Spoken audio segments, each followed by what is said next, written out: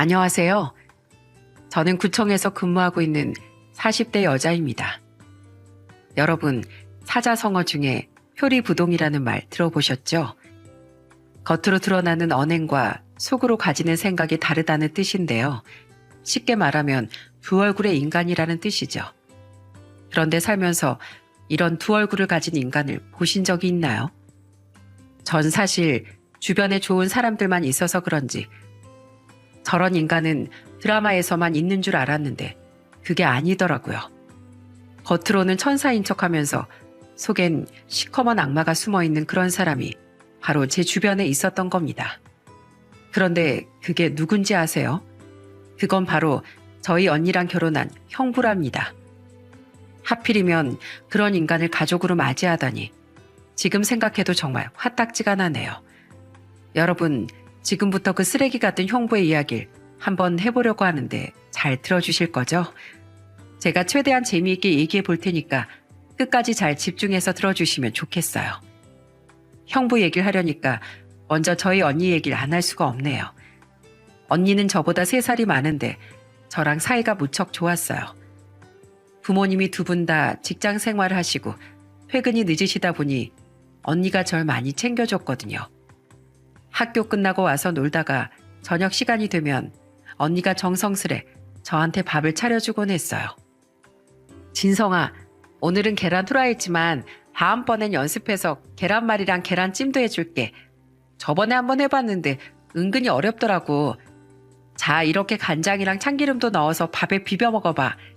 엄마가 차려주시는 밥보다 못하지만 그래도 먹을만 하지? 우와, 진짜 맛있다. 언니, 난 언니가 해주는 계란 후라이가 제일 좋아. 내 친구네 언니들은 맨날 짜증만 틱틱 낸다던데 난 언니가 나한테 맛있는 것도 해주고 잘해주니까 너무 좋아. 친구들도 나 엄청 부러워한다. 우리 언니가 자기 언니였으면 좋겠대. 저에게 참 잘해줬던 우리 언니는 부모님한테도 정말 효녀였어요. 부모님이 퇴근하고 돌아오시면 소파에 앉으라고 하고선 세숫대야에 따뜻한 물을 가져와 발도 씻겨드리고 다리도 주물러 드렸죠. 어느 날은 언니가 저녁 늦은 시간에 부엌에서 뭘 열심히 하고 있길래 물어보니까 이렇게 대답하더군요. 아빠가 요즘에 일이 너무 바빠서 저녁도 못 드시고 일하신대. 그래서 이따가 오시면 드실 수 있게 김치 볶음밥이라도 좀 해놓으려고. 엄마도 늦게 퇴근하시는데 아빠 밥까지 챙기려면 너무 힘드시잖아. 겨우 중학생밖에 안 된 나이였지만 저는 그런 언니가 세상에서 제일 멋져 보였어요. 주변 친구들한테 항상 제 롤모델은 언니라고 말할 정도였죠. 그도 그럴 것이 저희 언니는 착하기만 한 게 아니라 공부도 잘했거든요. 학교에서도 반에서 1등을 거의 놓치지 않았고 학급 반장도 여러 번 했죠. 결국 언니는 대학도 서울에 있는 명문대에 붙었답니다. 그런데 그 착한 심성이 어디 가나요? 언닌 대학을 다닐 때도 부모님이 고생하는 게 싫어 휴학을 반복하며 아르바이트로 학비를 벌더라고요. 그럴 때마다 부모님은 참 속상해 하셨죠. 수정아, 이번에 또 휴학했다고? 엄마가 휴학 좀 그만하고 공부만 열심히 하라고 얘기했잖아. 네 학비는 엄마 아빠가 어떻게든 마련할 수 있대도. 엄마야말로 일 좀 줄이세요. 가뜩이나 몸도 허약하신데 저 때문에 동료들 일까지 맡아서 하고 계시는 거 다 알아요. 게다가 이제 좀 있으면 진성이도 대학에 들어가야 하는데 학비가 이중으로 들어가면 아무리 두 분이서 버르셔도 힘드시잖아요. 저 이제 어린애도 아니고 다 큰 성인인데 엄마 아빠가 저 때문에 고생하시는 거 보고 싶지 않다고요. 저희 부모님은 언니한테 정말 미안해 하셨지만 이미 휴학한 언니의 고집을 말릴 수는 없었어요. 그런데 언니가 이렇게 부모님 생각을 많이 하다 보니 소문이 안 날 수가 없더라고요. 동네에서도 효녀라고 소문나는 건 당연했고 명절 때 할아버지 댁에 가면 친척들이 그렇게 언니 칭찬을 많이 하곤 했어요. 아유, 이 집만 보면 열아들보다 딸 하나가 더 좋다니까. 큰딸 수정이가 공부도 잘해. 동생도 잘 챙겨. 그리고 엄마 아빠 고생할까봐 학비도 직접 벌잖아. 요즘 세상에 이런 딸이 어딨어. 아이고, 서방님은 아주 복 받았나 봐요. 어떻게 이런 딸을 낳았대? 더 비법이 있으면 좀 알려줘 봐요.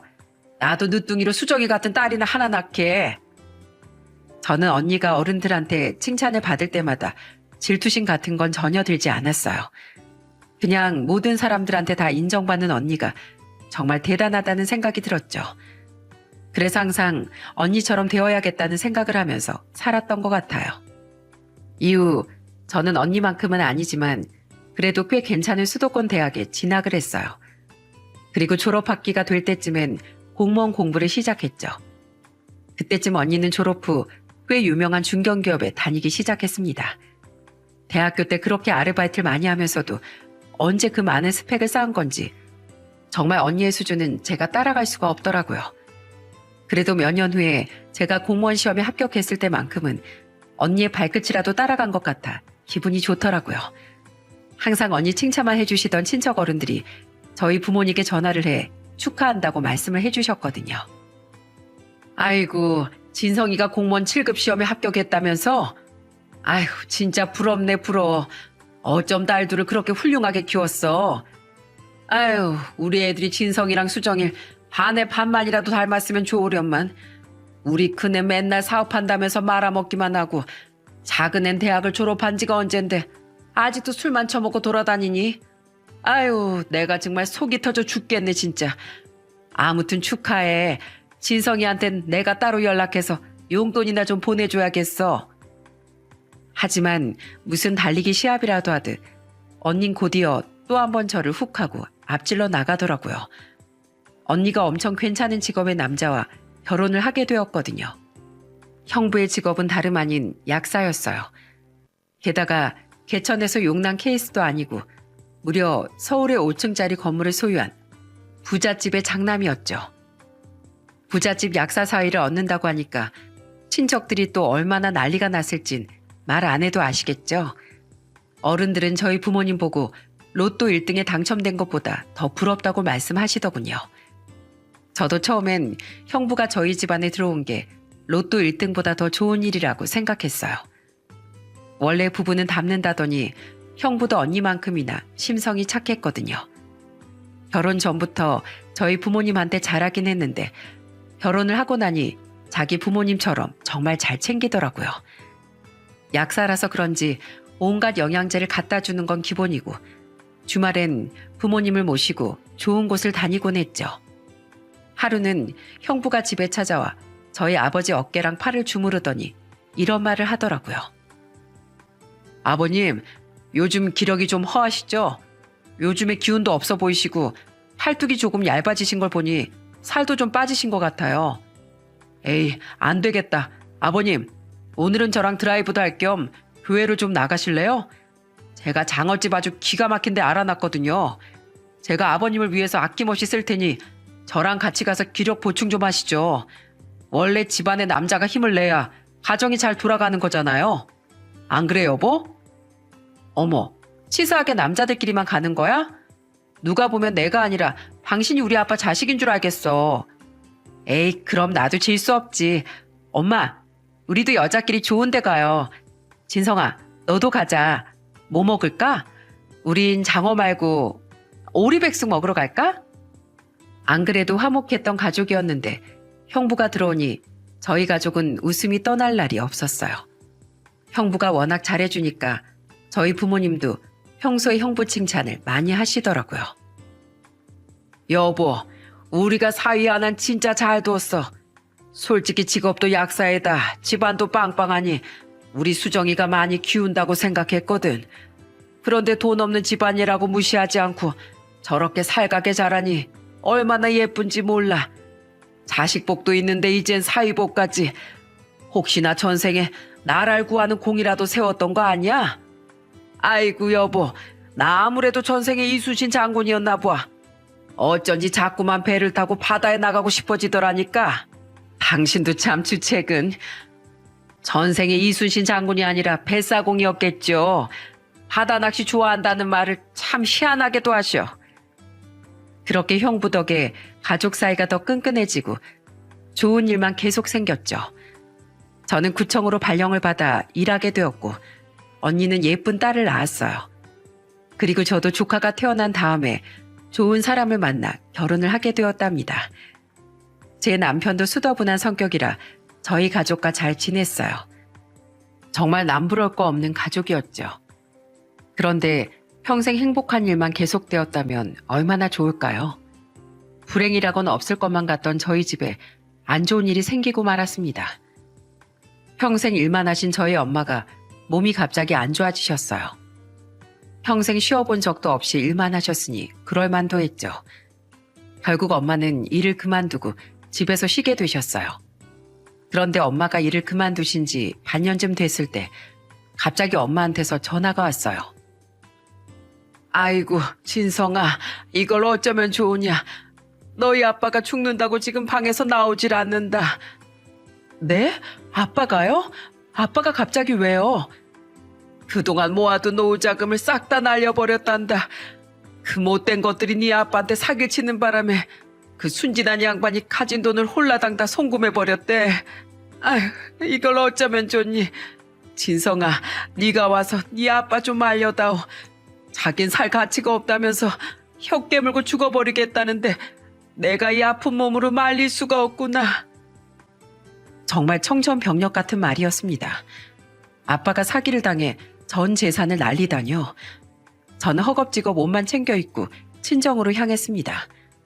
가보니 언니도 소식을 듣고선 막 도착한 참이더군요. 안방문을 벌컥 열고 들어가 보니 아빠는 침대도 아닌 방바닥 구석에 쪼그리고 앉아 하염없이 눈물만 흘리고 계시더라고요. 아빠, 이게 도대체 무슨 일이에요? 전 재산을 다 날리다뇨. 자세히 좀 얘기해 보세요. 네?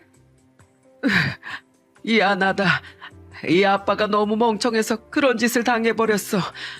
정말 난 죽어도 싼 애비다. 그냥 날 죽게 놔두려. 난 살아갈 필요도 없는 인간이야. 알고 보니 아빠가 당한 건 유명한 범죄 사기 수법이었습니다. 노인분들이 자주 당하는 사기로 뉴스에도 자주 나왔었는데 다들 자세히 말씀 안 드려도 어떤 건지 아실 거예요. 뉴스에서 그런 내용을 볼 때는 저렇게 터무니없는 사기를 왜 당하나 싶었는데 하필이면 우리 아빠가 그 피해자가 될 줄 누가 알았겠어요. 아빠가 계속 땅을 치며 통곡을 하자 언니는 아빠의 손을 꼭 붙잡고 이렇게 얘기하더라고요. 아빠, 괜찮아요. 그깟 돈 좀 없으면 어때서요. 아빠가 평생 모은 돈? 그거 없어도 살 수 있어요. 아빠, 우리가 있잖아요. 우리가 꼬박꼬박 용돈도 보내주고 생활비도 챙겨줄 거니까 걱정하지 마세요. 평생 엄마 아빠가 우리 먹여 살렸는데 설마 우리 둘이서 그 정도도 못 해주겠어요? 하지만 전 재산을 날린 그 비통한 마음이 아무리 위로한들 위로가 될까요? 저랑 언니가 수시로 아빠를 찾아가 지극정성으로 위로를 했지만 아빠가 짊어진 죄책감은 덜어지질 않았나 봅니다. 어느 순간부턴 조금이라도 생활비를 벌어야겠다고 생각하셨는지 낮엔 건설 현장에서 일하고 밤엔 대리운전을 뛰며 돈을 벌기 시작하셨어요. 이른이 다 된 나이에 하기엔 너무나도 벅찬 일이었죠.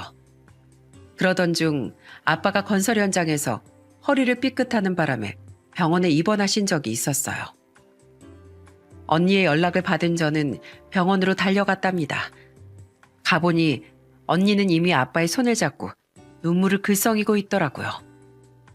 아빠, 제발 일 좀 그만하시라니까요. 몸도 안 좋으면서 무슨 일을 자꾸 한다고 그래요. 그럼 어떡하니? 네 엄마도 아픈데 나라도 돈을 벌어야지.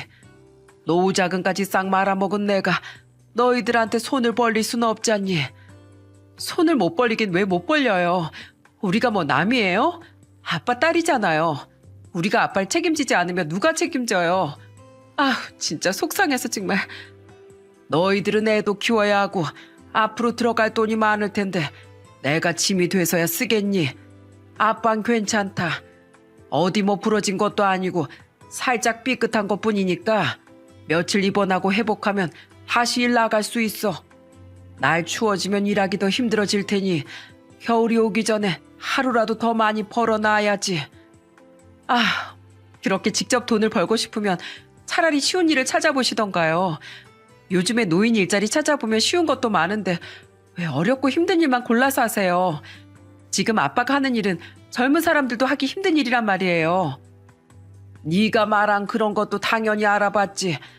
그런데 그런 건 일하는 시간이 너무 짧아서 한 달에 30만 원 벌기도 힘들다는구나. 내가 날려먹은 노후 자금이 얼만데 겨우 그거 벌어서 되겠니? 난 괜찮다. 그러니까 너무 걱정하지 말어. 그런데 그때 옆에서 아빠를 안쓰러운 표정으로 바라보고 있던 형부가 갑자기 이런 말을 꺼내더군요. 아버님, 혹시 저희 건물에서 일하시는 건 어떠세요? 저희 건물에 주차 관리하는 아저씨가 얼마 전에 아프셔서 일을 그만두셨거든요. 안 그래도 새로 일할 분을 찾고 있었는데 이왕 이렇게 된 거 아버님이 하시면 어떨까 해서요. 그냥 차 들어오면 주차 자리 안내해주고 주차 잘 못하시는 분 있으면 좀 도와주고 그 정도만 하시면 돼요. 힘든 일 하나도 없어요. 그리고 월급도 기존에 하시던 아저씨보다 훨씬 더 많이 챙겨드릴게요. 뭐라고? 자네 약국이 있는 그 건물 말인가? 아이고, 말뿐이라도 정말 고맙네. 아니요, 말뿐이 아니라 정말로 일하시라고 말씀드리는 거예요. 건설 현장 일은 너무 힘들고 위험하시잖아요. 밤늦게 술 취한 사람들 상대로 대리운전 뛰는 것도 쉬운 일은 아니고요.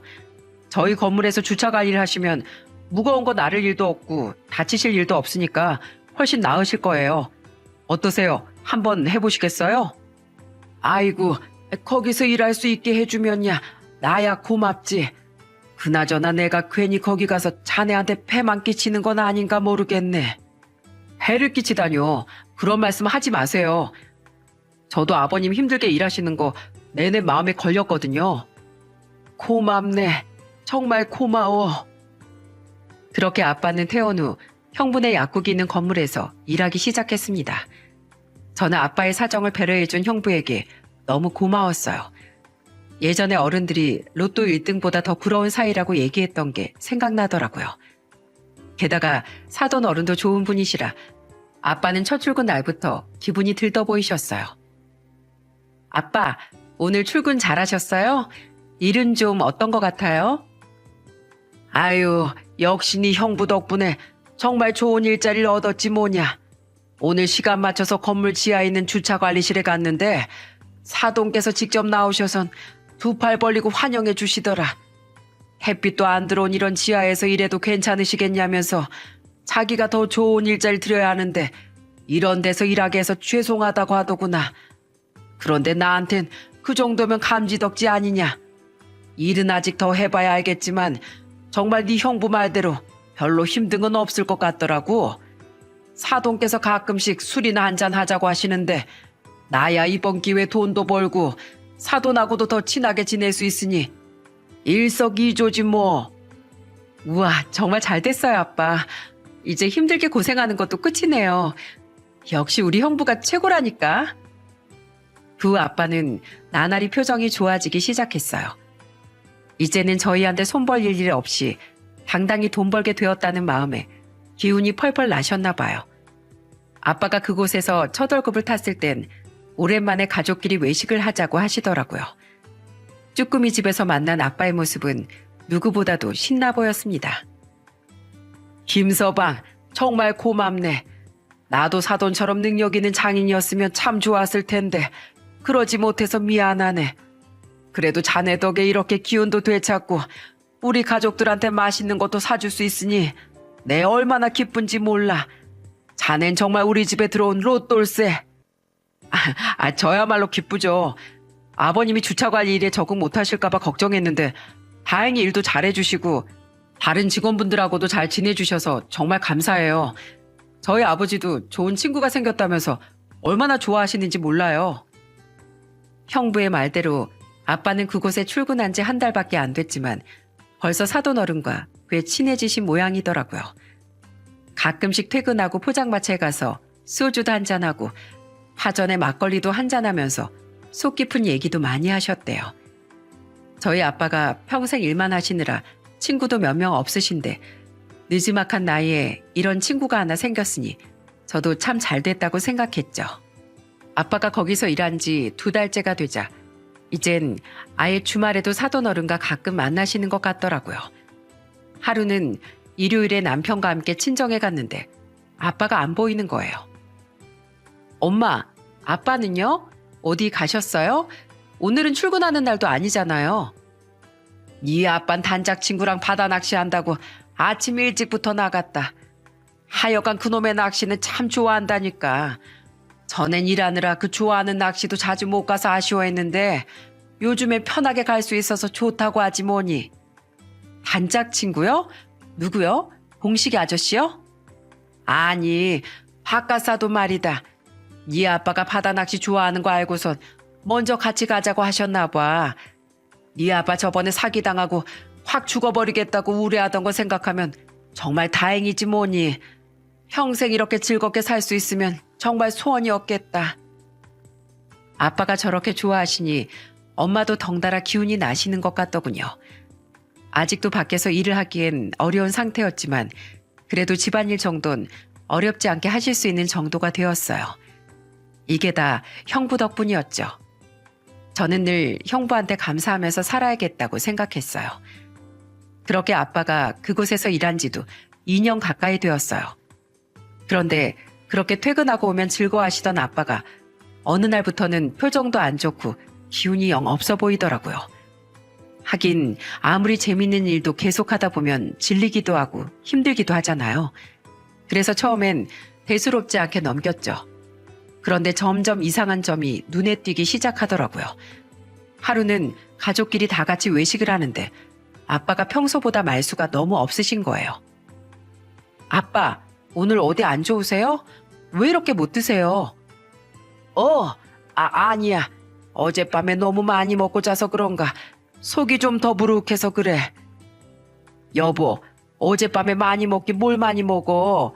입맛 없다고 저녁도 안 먹고 주무신 양반이. 거짓말까지 하며 말을 얼버무리는 아빠의 모습이 조금 이상하더군요. 또 하루는 이런 적도 있었어요. 주말에 제가 친정에 놀러 갔는데 제가 언니랑 형부도 부르자고 하니까 아빠가 극구 말리시는 겁니다. 아니다. 바쁜 애들 뭐하러 주말에 여기까지 오라고 해.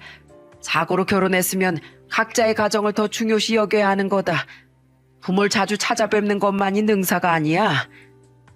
전엔 언니네가 놀러 오는 걸 그렇게 좋아하시던 아빠가 그런 말을 하니까 이상하다는 생각이 들었죠. 그런데 그것뿐만이 아니더군요.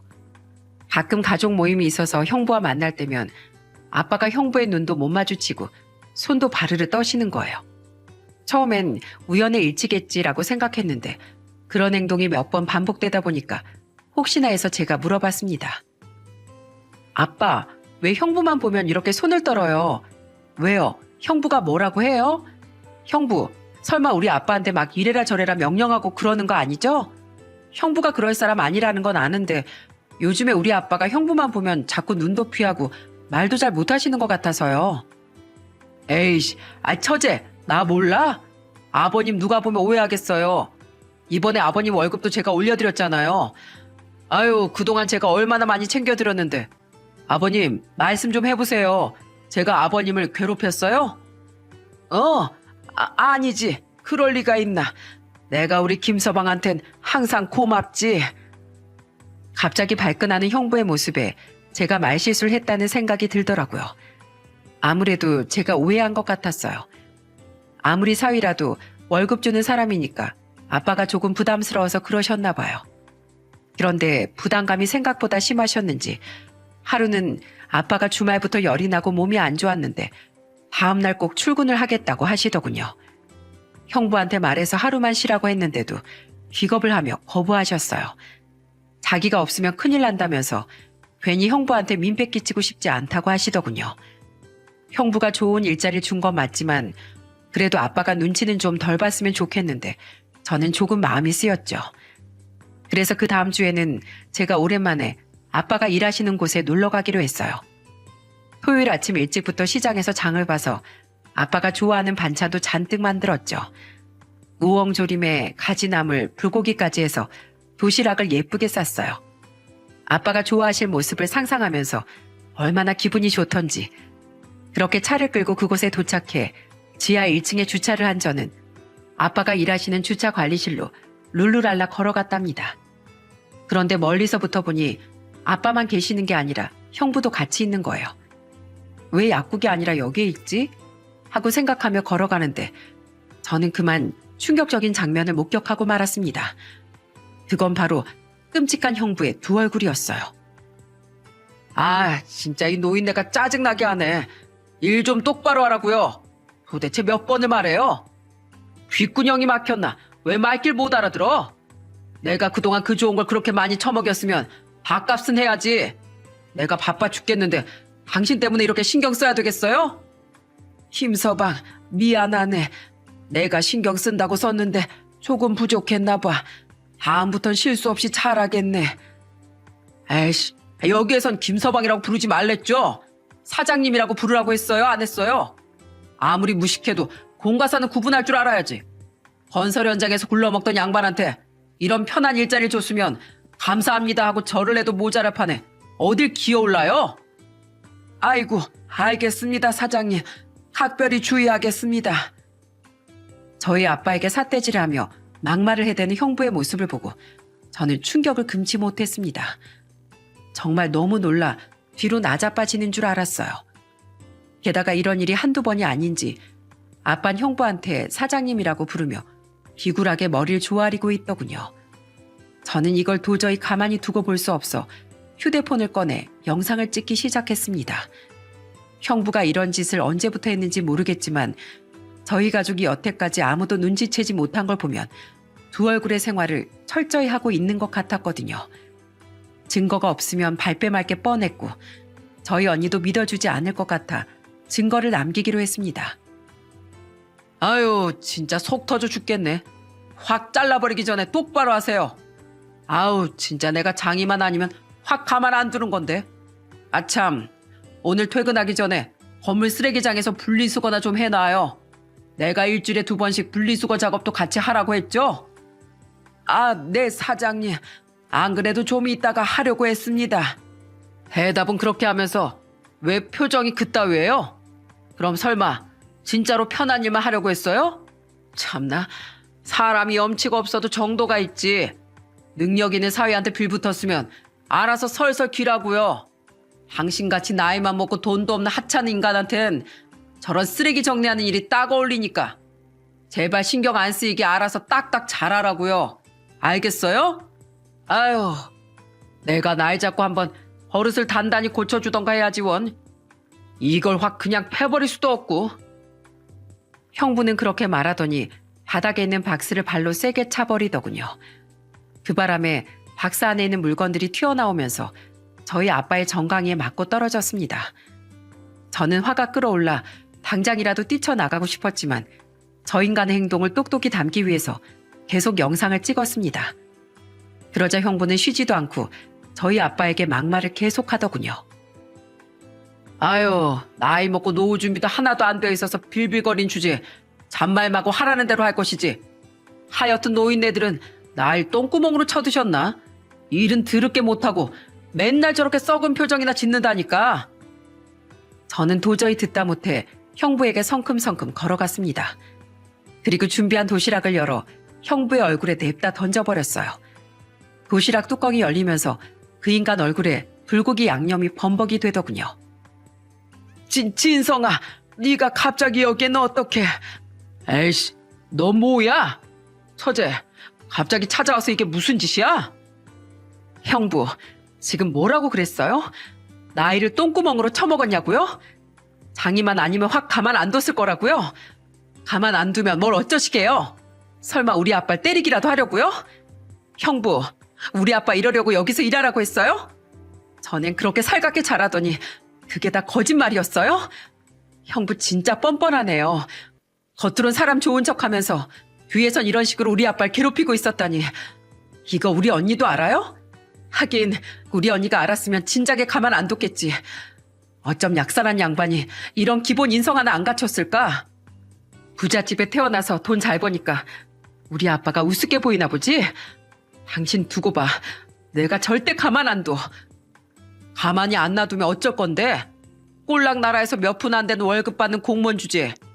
야, 너도 복 받은 줄 알아. 세상에 70 먹은 장인을 이런 편한 일자리에 넣어준 형부가 어딨어? 너도 나보고 고맙다며. 너야말로 고맙다고 해놓고 왜 이제 와서 딴소리야? 됐어. 당신하고는 이제 더 이상 얘기할 필요도 없어. 나 이거 언니한테 다 얘기할 거고 당신 절대 가만히 안 둘 거야. 아빠 가요. 저런 인간 밑에서 다신 일할 생각하지 마세요. 빨리 가자고요. 저는 그 길로 아빠의 손을 잡고 집에 돌아왔어요. 그리고 언니에게 오늘 찍은 영상을 보내버렸죠. 언니는 42살에 늦둥이를 낳고 집에서 쉬고 있었는데 제가 보낸 영상을 보고 심한 충격을 받은 것 같더라고요. 몇 시간도 되지 않아 언니는 짐을 바리바리 싸들고 조카들과 함께 친정으로 왔어요.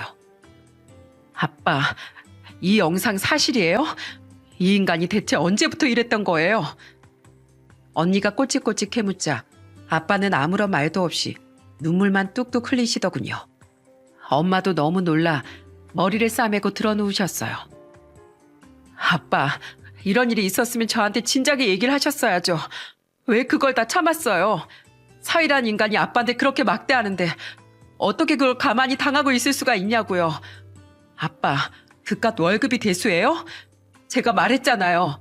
아빠 일 안 해도 괜찮다니까요. 우리가 생활비 보태주면 엄마랑 아빠랑 둘이서 충분히 지낼 수 있잖아요. 진짜 속상하게 왜 그러시는 거예요? 아빠는 그제야 서럽게 펑펑 울면서 그간 있었던 일들을 말해주었어요. 알고 보니 형부는 처음 한두 달만 잘해주고 그 이후론 계속 갑질을 했다고 하더군요.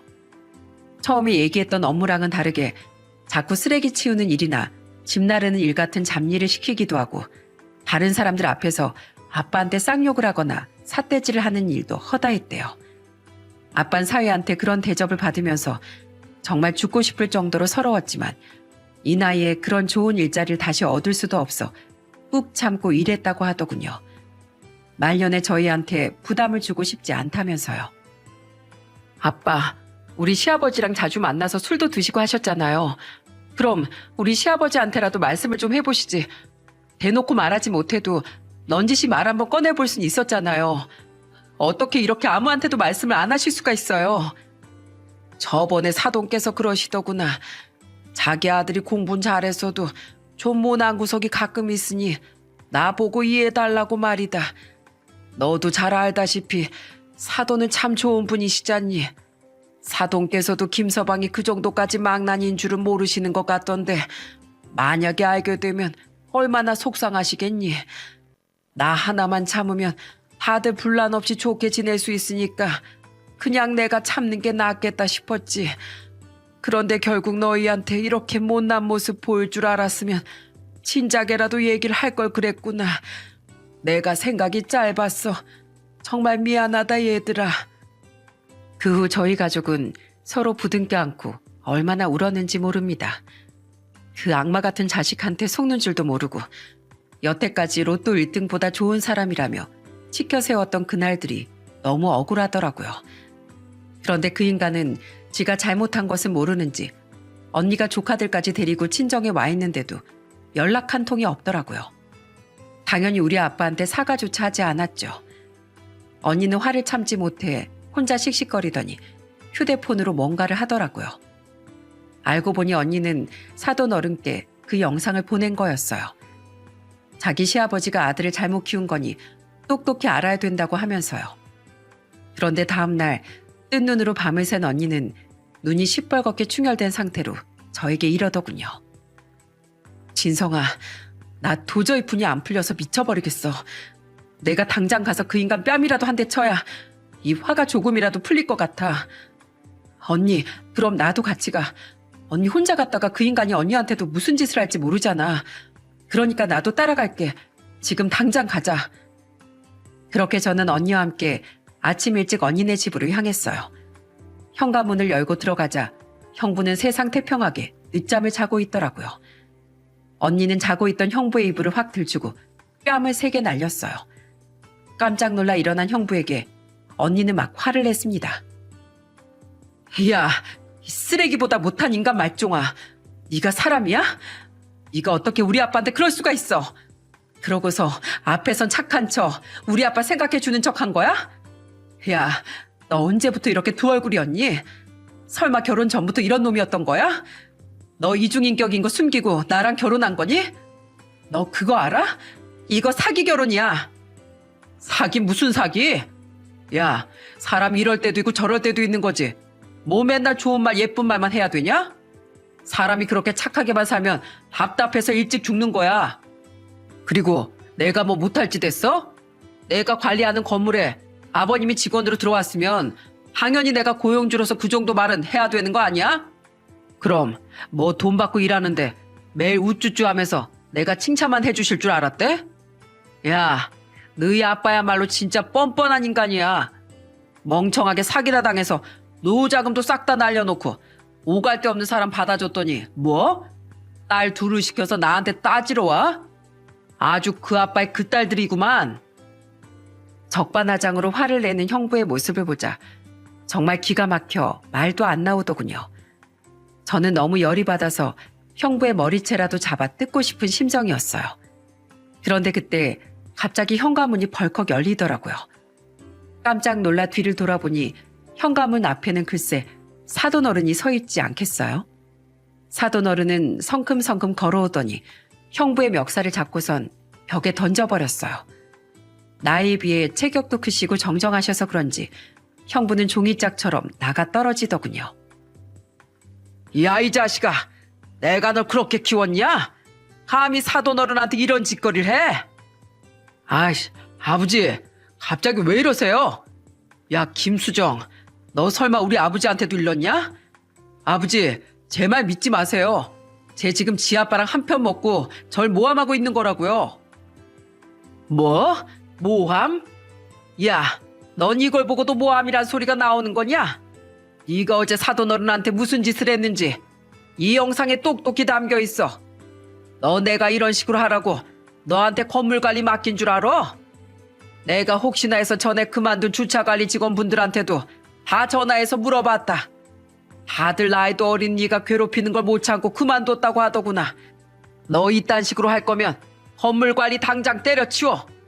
내가 원래 너한테 그 건물 주고 조만간 시골에 전원주택이나 지어서 살려고 했는데 도저히 안 되겠다.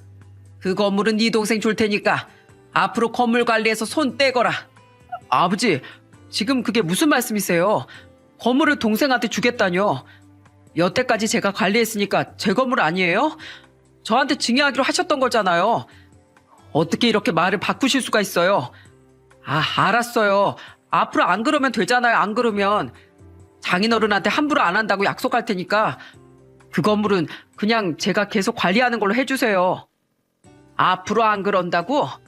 내가 네 속셈을 모를 줄 알고? 여태까지 한 것처럼 앞에선 사돈어른한테 잘하는 척하면서 뒤로는 또 똑같은 짓을 하겠지. 잘리고 싶지 않으면 너한테 당한 일 입도 뻥긋하지 말라고 하면서 말이야. 내 말이 틀렸냐? 아버지, 저 절대 그럴 일 없어요. 설마 제가 그렇게까지 하겠어요? 잘못했으니까 그냥 이번 일은 없던 걸로 해주세요. 네? 후회해도 소용없다. 내가 그 건물을 올리기 위해 젊은 날에 얼마나 힘들게 일했는데 그런 소중한 건물을 너처럼 되먹지 못한 자식한테 줬다간 금방 말아먹을 게 뻔해. 그리고 너 그 약국도 당장 빼. 어딜 부모 건물에서 월세도 안 내고 쓰는 주제 뭘 잘났다고 갑질을 해? 솔직히 말해서 네가 지금 가진 게 약사 면허 말고 뭐가 있어? 네가 지금 사는 집도 내가 사줬지. 네가 지금 운영하는 약국도 내 건물이다. 심지어 내가 너 편하라고 관리비도 하나 안 받고 있는데 부모 잘 만난 덕에 돈 한 푼 안 들이고 편하게 살면서 어디서 갑질이야 갑질은. 사돈어른은 그렇게 형부에게 잔뜩 호통을 친 후 저 언니에게 눈물을 흘리며 사과하셨어요. 며느라, 내가 정말 미안하구나. 저런 못난 놈이 사돈어른한테 그런 짓거리를 하는지도 모르고 네 마음에 상처만 준 것 같구나. 내가 어떻게 보상해야 너와 사돈어른의 마음이 풀리겠니? 하지만 이미 돌아선 언니의 마음은 쉽게 풀리지 않았어요. 그래서 결국 언니는 형부에게 이혼을 통보했죠. 그러자 형부는 이제서야 큰일 났다 싶었는지 언니한테 전화해서 울고불고 빌더라고요. 그런데도 언니가 받아주질 않자 아예 친정에 찾아와선 저희 아빠한테 무릎을 꿇고 용서를 빌더군요. 아버님, 정말 죄송합니다. 제가 절대 해서는 안 될 짓을 저질렀어요. 아버님이 저한테 고맙다면서 몇 번씩 고개를 숙이고 인사를 하시니까 순간 제가 아버님 머리 꼭대기에 있는 줄 착각했습니다. 그리고 제가 그렇게 해도 아버님이 내색 하나 안 내시고 참으시길래 그래도 되는 줄 알았어요. 저는 정말 지옥에 떨어져야 하는 몹쓸 놈입니다. 저 정말 후회 많이 했어요. 지금부터라도 잘할 테니까 제발 용서해 주시면 안 될까요? 하지만 아빠는 고개를 뒤로 돌린 채 아무 말도 하지 않으셨어요. 그러자 형부는 이번엔 언니한테 매달리더군요. 여보, 제발 나 좀 용서해줘. 정말 나랑 이혼할 거야? 우리 애들 아빠 없이 자라게 할 거냐고. 내가 정말 미안해. 당신이 화가 풀린다면 내가 이렇게 무릎 꿇고 100번이라도 사과할게. 그러니까 제발 이혼만은 없던 일로 해주라. 나 당신하고 이혼하면 못 살아. 하지만 언니 역시 꼼짝도 하지 않았어요. 어릴 때부터 효녀로 소문날 만큼 부모님을 끔찍이 챙기던 언니였는데 아빠한테 그런 짓을 한 놈을 어떻게 용서할 수 있겠어요? 그날은 그렇게 형부를 쫓아내고 언니는 이혼 준비를 시작했죠. 그런데 어느 날 갑자기 사돈 어른이 친정에 찾아왔습니다. 양손에 온갖 선물을 바리바리 사들고 말이죠. 며느라, 정말 미안하구나. 우리 집안에 시집 와서 예쁜 손주도 둘이나 낳아주고 우리한테도 싹싹하게 참 잘했던 너였는데 이런 씻지 못할 상처를 주게 되어서 정말 미안하구나. 네가 이혼한다고 하니까 그놈이 나보고 제발 이혼만은 막아달라며 몇 번이나 울고불고 사정하더라. 그런데 난 그냥 이혼하라고 했다. 솔직히 나도 너처럼 좋은 며느리 잃고 싶지 않고 우리 손주들이 애비 없는 자식으로 크는 거 원치 않는다. 그런데 아무리 내 자식이라지만 너 보고 저런 쓰레기 같은 놈하고 살라고 할 수는 없지 않겠니? 그리고 우리 예쁜 손주들이 저런 되먹지 못한 아비 밑에서 자라는 것도 난 두고 볼 수가 없다. 그러니 그냥 이혼하고 애들하고 행복하게 살거라. 내가 너 편히 살 수 있게 재산도 많이 물려줄 테니까 이번에 마음고생한 거 싹 잊고 즐겁게 지냈으면 좋겠다. 대신 한 가지 부탁이 있다. 자주는 아니더라도 가끔씩 우리 손주들 보게 해줄 수 있겠니? 내가 정말 사랑하는 손주들인데 앞으로 못 본다고 생각하면 가슴이 찢어져서 말이다. 네, 아버님. 그렇게 할게요. 저 그 인간은 용서 못하지만 아버님한테는 나쁜 감정 하나도 없어요. 우리 애들도 아버님을 좋아하잖아요. 아버님, 그동안 절 예뻐해 주셔서 정말 감사했습니다. 시아버지와 며느리로서의 관계는 이렇게 끝나지만 그래도 애들 할아버지로서의 인연은 끝이 아니라고 생각해요. 그럼 아버님도 몸 건강히 계세요. 그리고 얼마 지나지 않아 언니는 이혼을 하고 조카들과 함께 친정에 들어와 엄마 아빠를 모시고 살게 되었어요. 사돈 어른은 약속대로 언니한테 재산을 물려줬는데 확실히 돈 많은 집안이라 그런지 그 금액이 어마어마하더군요. 언니가 이혼하고 첫 주말 친정에 다 같이 모이게 되었어요. 언닌 아빠에게 선물이라며 통장 하나를 건네더라고요. 그 통장을 열어본 아빠는 두 눈이 희둥그레지고 말았습니다. 수정아, 이게 도대체 뭐니? 이렇게 큰 금액을 나한테 선물로 준다고? 네, 아빠. 아빠가 저번에 나쁜 인간들 때문에 노후자금 전부 다 잃어버리셨잖아요. 그것 때문에 괜히 돈 벌겠다고 그놈 건물에서 일하다가 이런 일이 생겼으니 다신 이런 일 없게 해드리려고요. 아빠, 이젠 진짜로 일하지 말고 엄마랑 편하게 지내시겠다고 저랑 약속해요. 심심하시면 우리 애들이랑 주말에 나들이도 가고 맛있는 것도 먹으러 다니면 되잖아요. 그리고 아빠, 저희한테 짐이 되기 싫다는 말을 하지 마세요. 저랑 진성이 한 번도 엄마 아빠를 짐이라고 생각해 본 적이 없어요. 엄마 아빠가 저희한테 해주신 게 있는데 어떻게 그런 생각을 하겠어요. 그러니까 아빠, 앞으로는 좋은 생각만 하시고 즐겁게 지내시겠다고 저랑 약속하는 거예요. 아시겠죠? 에휴, 수정아, 정말 고맙구나. 이 못난 애비한테 이렇게까지 해줘서 정말 고마워. 나도 앞으로 너희들한테 더 좋은 나비가 되도록 노력하마.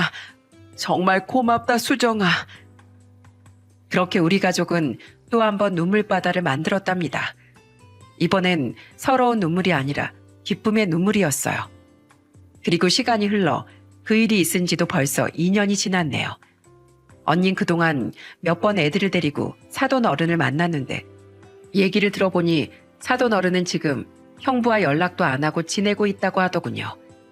그렇게 좋아했던 며느리를 자기 아들 때문에 한순간에 잃고 손주들도 자주 못 보게 되니까 그 모든 원인이 자기 아들 때문이라고 생각해서 도저히 얼굴을 보고 싶지가 않더래요. 그리고 형부는 사돈 어른의 건물에서 쫓겨나고 간신히 변두리에 있는 작은 매장에 월세를 구해 다시 약국을 차렸다고 하는데 근처에 병원도 몇 군데 없고 워낙에 유동인구가 적은 곳이라 장사가 잘 안 되나 봐요. 얼마 전엔 월세 낼 돈이 모자라다면서 사돈 어른 집에 찾아온 적이 있었는데 사돈 어른이 몽둥이를 들고 내쫓았다네요. 돈 많은 아버지 덕에 남들 무시하면서 갑질이나 하고 살았던 그놈이 아버지한테도 버림받고 완전히 길바닥에 나앉은 신세가 되어버린 거죠. 저는 솔직히 아직도 그놈이 너무 괘씸해요. 할 수만 있다면 우리 가족이 그놈하고 엮이기 전으로 돌아가고 싶은 마음이에요. 하지만 이젠 그냥 잊고 살아가려고요. 사돈 어른이 그놈 대신에 충분히 보상을 해줬고 저희 집도 다시 예전처럼 웃음을 되찾았으니까요. 그리고 저는 앞으로 언니가 여태까지 했던 것처럼 부모님한테 지금보다 훨씬 더 잘하면서 살려고요. 여러분, 인생은 세웅지마라고 다 자기가 한 대로 돌아가게 되어 있더라고요. 비록 그 나쁜 놈 때문에 저희 아빠가 2년 동안 힘든 일을 겪어야 했지만 결국에는 다 제자리로 돌아왔으니 이젠 행복하게 지낸 일만 생각하면 되겠죠? 여러분, 저희 아빠 앞으로도 힘내시라고 응원 한마디씩만 해주세요. 아마 아빠가 그걸 보시면 정말 기뻐하실 것 같거든요. 그럼 전 이만 여기서 이야기를 마치도록 할게요. 제 사연 끝까지 들어주셔서 정말 감사합니다.